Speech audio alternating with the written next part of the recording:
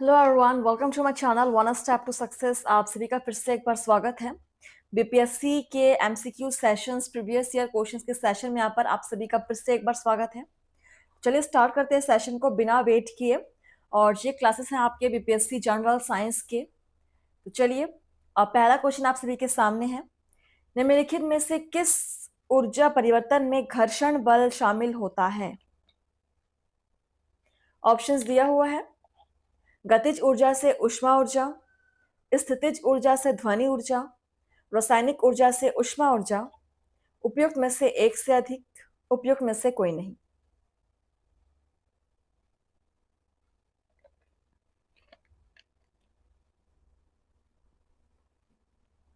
किस ऊर्जा परिवर्तन में घर्षण बल शामिल होता है? 68th बीपीएससी एग्जाम में पूछा गया है, बहुत ही क्लोज है। 2023 में पूछा गया ये क्वेश्चन। सो आंसर हो जाएगा गतिज ऊर्जा से ऊष्मा ऊर्जा। गतिज ऊर्जा से ऊष्मा ऊर्जा के परिवर्तन में घर्षण बल शामिल होता है। बिल्कुल, option first is correct. Question number 56 देखेंगे। एक बस सीधे रास्ते पर चल रही है और अचानक दाईं ओर तेज मोड़ लेती है। बस में बैठे यात्री दाईं ओर झुकेंगे, आगे की ओर गिरेंगे, बाईं ओर झुकेंगे, उपयुक्त में से एक से अधिक, उपयुक्त में से कोई नहीं।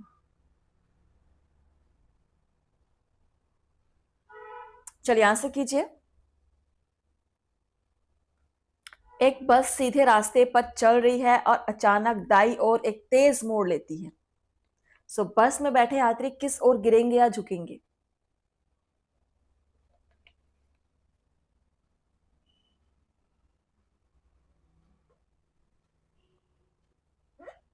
सो अगर बस वो दाईं ओर तेजी से मोड़ ले रही है, सो बस के जो यात्री हैं वो बाईं ओर झुकेंगे।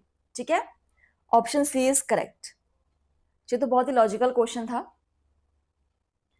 क्वेश्चन 57 देखिए। एक ही पदार्थ के अणुओं के बीच आकर्षण के अंतर आणविक बल को कहा जाता है डैश बल। गुरुत्वाकर्षण, आसंजक, ससंजक, स्थिर वैद्युत, उपयुक्त में से कोई नहीं या एक से अधिक।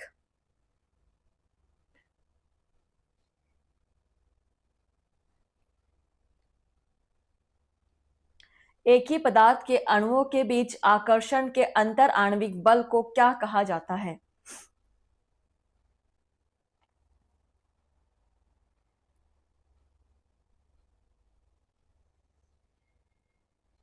ससंजक बल, कोहेसिव। ठीक है, ऑप्शन सी इज करेक्ट। चलिए नेक्स्ट है क्वेश्चन नंबर आपका 58। एक संगीत कार्यक्रम में ऑर्केस्ट्रा बजाने से पहले एक सितार वादक तनाव को समायोजित करने की कोशिश करता है और स्ट्रिंग को उपयुक्त रूप से बांधता है। ऐसा करके वह क्या ठीक करने की कोशिश करता है?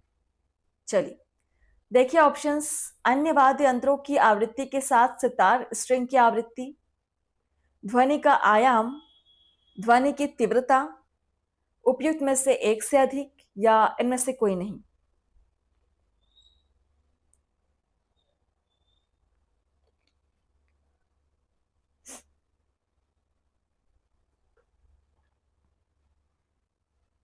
Fifty eight number question.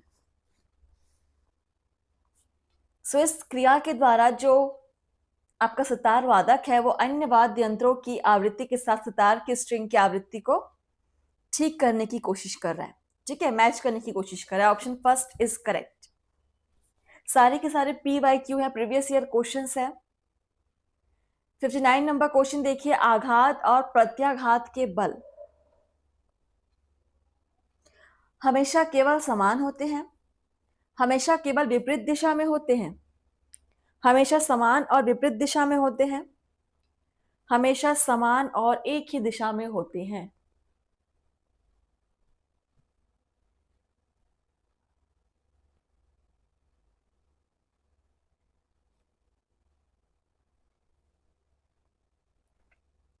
आघात और प्रत्याघात के बल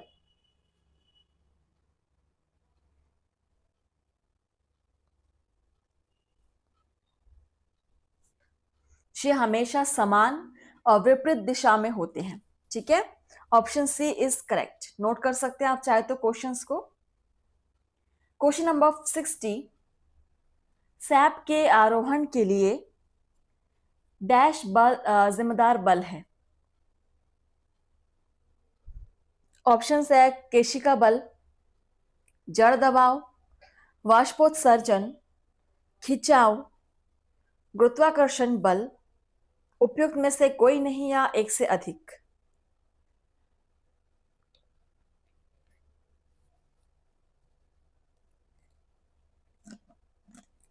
सैप के आरोहण के लिए डैश जिम्मेदार बल है।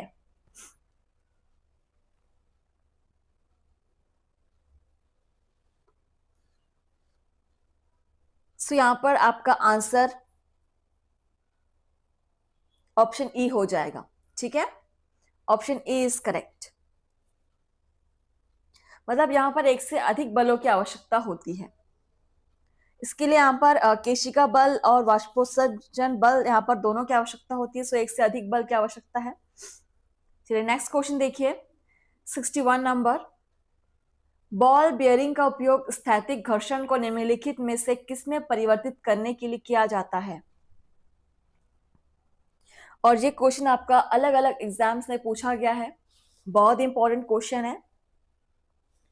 बॉल बियरिंग का उपयोग स्थैतिक घर्षण को निम्नलिखित में से किसमें परिवर्तित करने के लिए किया जाता है?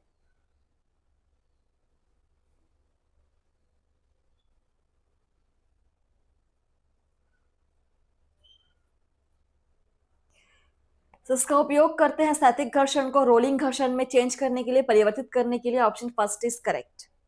ठीक है, क्वेश्चन नंबर 62।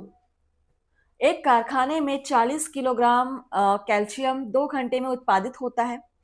यदि करंट के प्रवाह की दर 50% है तो 2 घंटे के लिए समान विद्युत प्रवाह से कितना एल्यूमिनियम प्राप्त किया जा सकता है? 22 kg, 18 kg, 9 kg, 27 kg।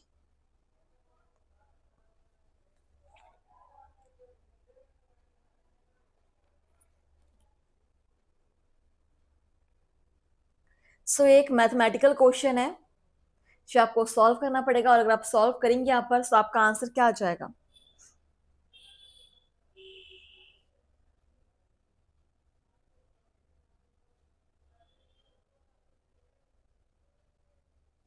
सो यहाँ पर आपका आंसर आ जाएगा, देखिए 9 kg आ जाएगा। इसको आप सॉल्व करेंगे तो सॉल्व करके आप देख सकते हैं। एंड नेक्स्ट क्वेश्चन देखते हैं, 63 नंबर क्वेश्चन है। कीड़े पानी की सतह पर बिना डूबे घूम सकते हैं, क्या कारण है? ऑप्शंस है गतिक उत्थान, उत्थापन के कारण, पानी की शांतता के कारण, पानी के पृष्ठ तनाव के कारण, उपयुक्त में से कोई नहीं।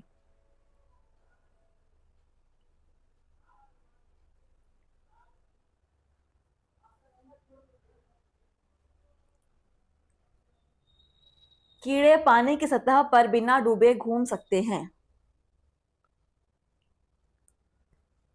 पानी के पृष्ठ तनाव के कारण ऐसा होता है। ठीक है, ऑप्शन सी इज करेक्ट। बहुत ही इजी आंसर था, और ये भी आपका क्वेश्चन कई बार एग्जाम से पूछा गया, अलग अलग एग्जाम्स में।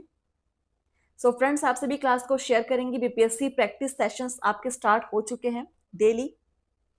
64 नंबर क्वेश्चन देखिए, वर्षा की बूंद के गोलाकार होने का कारण होता है? वायुमंडलीय दाब, शांतता, पृष्ठ तनाव, गुरुत्वीय बल।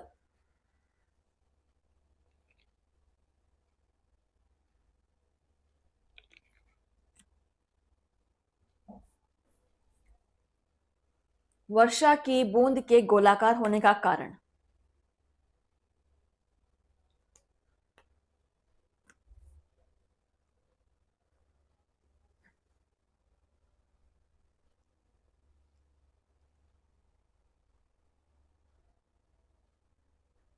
सो पृष्ठ तनाव, इसका रीजन भी पृष्ठ तनाव ही है, surface tension. Option C is correct.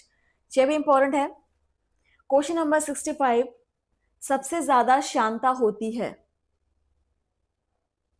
Option है जल की, वायु की, खून की, शहद की या उपयुक्त में से कोई नहीं या एक से अधिक।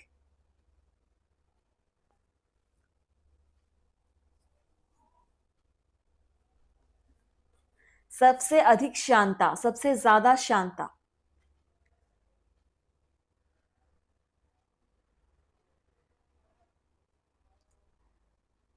सबसे ज्यादा श्यानता होती है शहद में।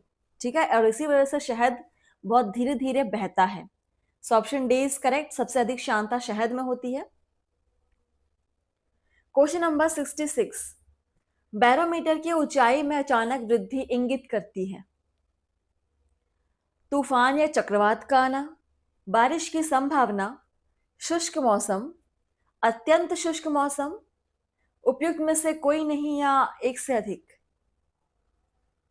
अगर बैरोमीटर की ऊंचाई अचानक से वृद्धि हो जाए बैरोमीटर की ऊंचाई में, सो ये क्या दर्शाता है?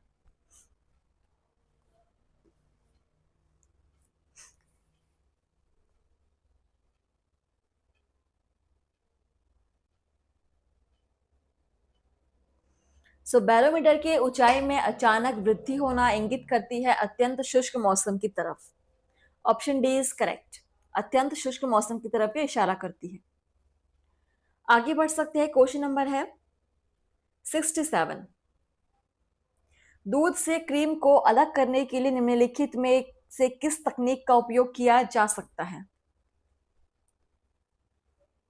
केंद्रापसरण, वर्णलेखन, निस्पंदन, आसवन।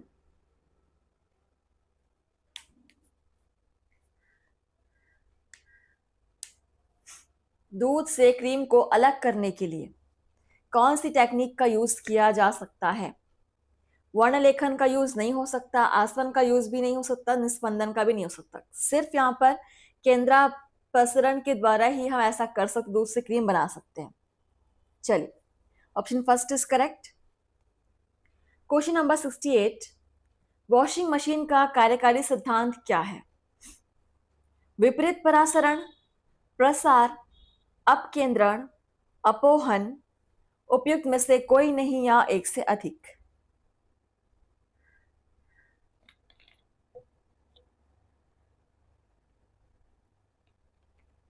वॉशिंग मशीन का कार्यकारी सिद्धांत क्या है?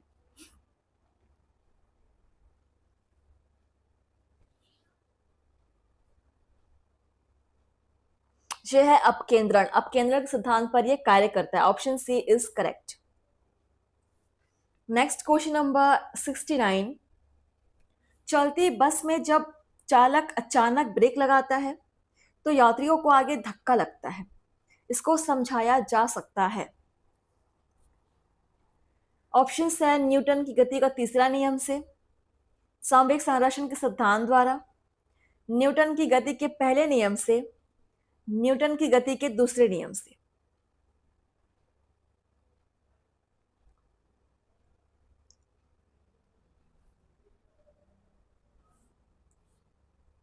तो चलती बस में अचानक से ब्रेक लगने पर यात्रियों को लगने वाले धक्का, इसको समझाया जा सकता है न्यूटन की गति के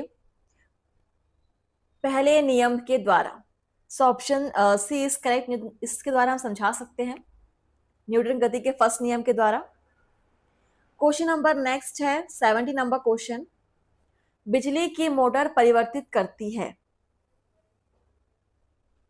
यांत्रिक ऊर्जा को तापीय ऊर्जा में, विद्युत ऊर्जा को यांत्रिक ऊर्जा में, यांत्रिक ऊर्जा को विद्युत ऊर्जा में, या विद्युत ऊर्जा को प्रकाश ऊर्जा में।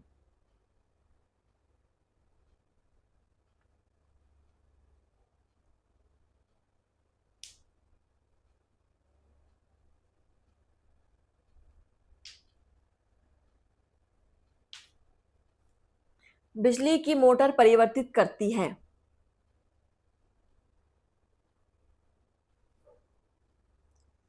विद्युत ऊर्जा को यांत्रिक ऊर्जा में। Option B is right answer. ठीक है, चलिए क्वेश्चन नंबर 71 आपकी जनरल साइंस के। ब्लॉटिंग पेपर द्वारा स्याही के अवशोषण में शामिल है। ऑप्शंस देख लीजिए। ब्लॉटिंग पेपर के माध्यम से स्याही का विसरण, साइफन क्रिया, स्याही की श्यानता, केशिका क्रिया प्रभाव।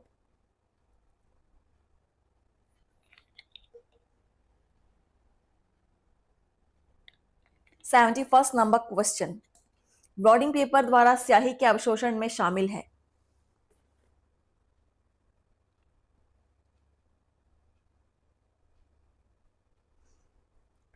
केशिका क्रिया प्रभाव, ऑप्शन डी इज करेक्ट। केशिका क्रिया प्रभाव यहां पर शामिल है। चलिए आगे बढ़ेंगे। 72 नंबर क्वेश्चन देखेंगे। पानी वाले बीकर में बर्फ का एक टुकड़ा तैर रहा है, जब पूरी बर्फ पिघल जाए तो ऑप्शंस देखेंगे। पानी का स्तर पहले बढ़ेगा फिर घट जाएगा, पानी का स्तर वही रहेगा, पानी का स्तर नीचे आ जाएगा, पानी का स्तर ऊपर आ जाएगा। क्या होगा?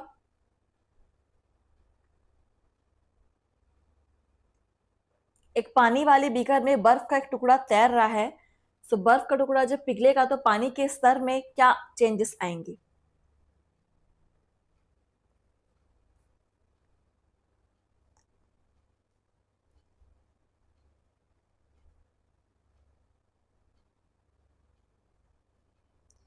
सो यहां पर देखिए पानी का स्तर वही रहेगा।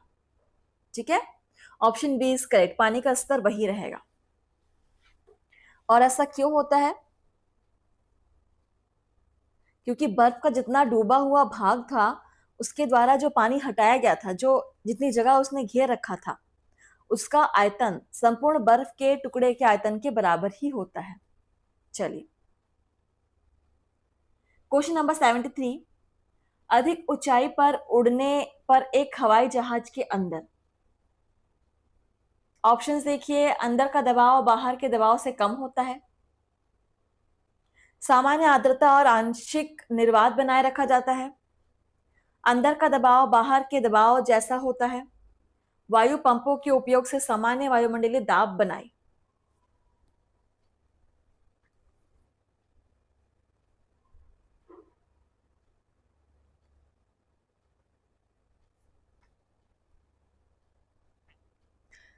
जब अधिक ऊंचाई पर हवाई जहाज उड़ती है तो हवाई जहाज के अंदर वायु पंपों के उपयोग से सामान्य वायुमंडलीय दाब बनाए रखा जाता है। ठीक है, so option D is correct. Next question number 74 देखिए। कंक्रीट की सड़क की तुलना में रेतीली सड़क पर चलना अधिक कठिन है, क्योंकि ऑप्शंस है।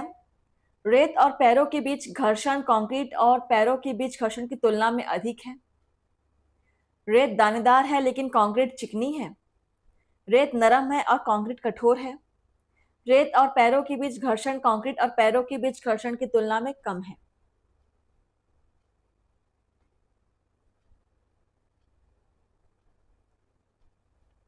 आप सही मुझे कमेंट से बताएंगे कि आपने कितने क्वेश्चन सॉल्व किए हैं। और देखिए यहां पर आंसर क्या हो जाएगा कि रेत और पैरों के बीच लगने वाला जो घर्षण है वो कंक्रीट और पैरों के बीच लगने वाले घर्षण से कम होता है। So option D is correct. And next question number 75 देखिए। किसी पत्थर को एक ढलान वाली सड़क पर ऊपर की ओर उठाने की तुलना में ऊपर की ओर लुढ़काना आसान होता है, क्योंकि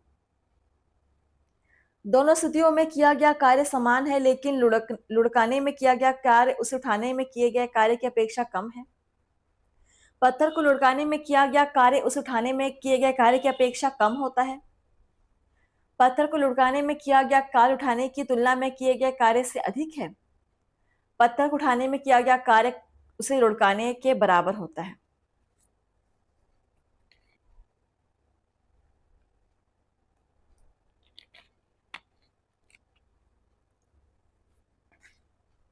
इसका आंसर कि पत्थर को लुढ़काने में किया गया कार्य उसे उठाने में किए गए कार्य की अपेक्षा कम होता है। ठीक है, इसलिए वो आसान होता है। Option B is correct. Next question है 76 नंबर देखिए। एक छोटी तरल बूंद का आकार गोलाकार क्यों होता है? हाइड्रोजन बंध के कारण, कम घनत्व के कारण, पृष्ठ तनाव के कारण या कम श्यानता के कारण। और ये क्वेश्चन हम कर चुके हैं पहले, बस क्वेश्चन का पैटर्न यहाँ पर चेंज कर दिया गया है, लेकिन आंसर आपका वही है कि पृष्ठ तनाव के कारण ही ऐसा होता है। पृष्ठ तनाव के कारण ही एक बूंद का आकार गोलाकार होता है। ठीक है, option C is correct. 77 number question, बरसात की बूंदों का गोल आकार होता है। ऑप्शन है शांता के कारण, सतही तनाव के कारण, घर्षण के कारण, लोच के कारण। देखिए वही क्वेश्चन है, बरसात की बूंदों का गोल आकार सतही तनाव के कारण होता है ऐसा। ठीक है, ऑप्शन बी इज करेक्ट, सतही तनाव के कारण। 78 नंबर क्वेश्चन देखेंगे, एक हॉर्स पावर डैश के बराबर है। 746 वॉट, 746 सीसी, 746 जूल, 746 अर्ग। उपयुक्त में से कोई नहीं या एक से अधिक। 1 हॉर्स पावर किसके इक्वल होगा?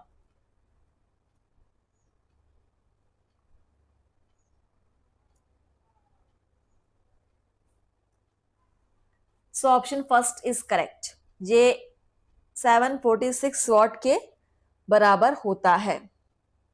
चलिए 79 नंबर क्वेश्चन, छिपकली का पैर डैश की तरह काम करता है। Moving pad, suction pad, drilling pad, skipping pad. उपयुक्त में से कोई नहीं या एक से अधिक। क्या आप सभी ने छिपकली के पैरों को देखा है कि क्यों वो दीवार पर चल सकते हैं? तो छिपकली का जो पैर है वो सक्शन पैड की तरह काम करता है और इसीलिए वो दीवार पर अपने पैरों को चिपका कर चल सकते हैं और वो गिरते भी नहीं है। ठीक है, option B is correct. 80 number question देखिए, बॉल बेयरिंग का उपयोग साइकिल या स्कूटर आदि में किया जाता है।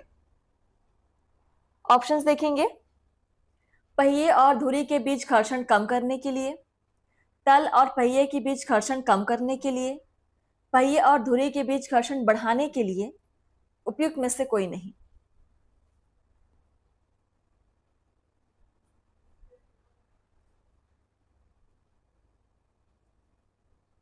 सो बॉल बियरिंग का यूज करते हैं हम लोग पहिए और धुरी के बीच घर्षण कम करने के लिए। ठीक है, so option first is correct, इसलिए बॉल बेयरिंग का यूज किया जाता है। और ये क्वेश्चन भी कई बार एग्जाम पूछा गया अलग अलग एग्जाम्स में।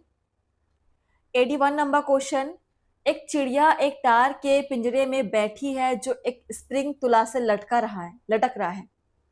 यदि चिड़िया पिंजरे के अंदर उड़ना शुरू करती है तो स्प्रिंग तुला की माप होगी। ऑप्शन है अपरिवर्तित, पहले से कम, पहले से अधिक, उपयुक्त में से कोई नहीं।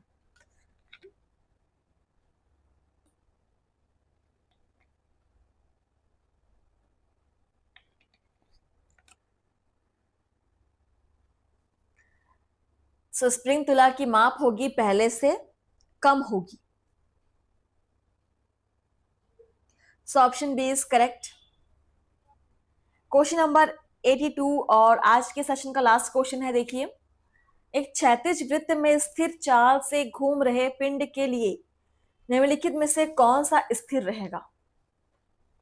वेग, त्वरण, अभिकेंद्रीय बल, गतिज ऊर्जा। उपयुक्त में से कोई नहीं या उपयुक्त में से एक से अधिक।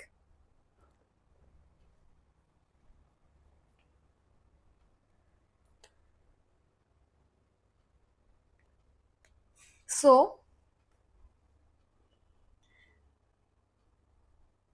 यहां पर आंसर हो जाएगा, देखिए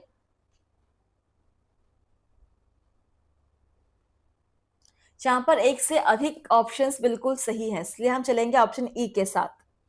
ठीक है, एक से अधिक ऑप्शंस यहां पर सही हैं। So option A is correct. और इसके साथ हमारा सेशन आज का यहीं पर होता है फिनिश, और आगे क्वेश्चंस हम करेंगे नेक्स्ट सेशन। तब तक के लिए आप लोग पढ़िए, प्रैक्टिस कीजिए फ्रेंड्स। सो थैंक यू, धन्यवाद। क्लास को शेयर जरूर कीजिएगा। Thank you.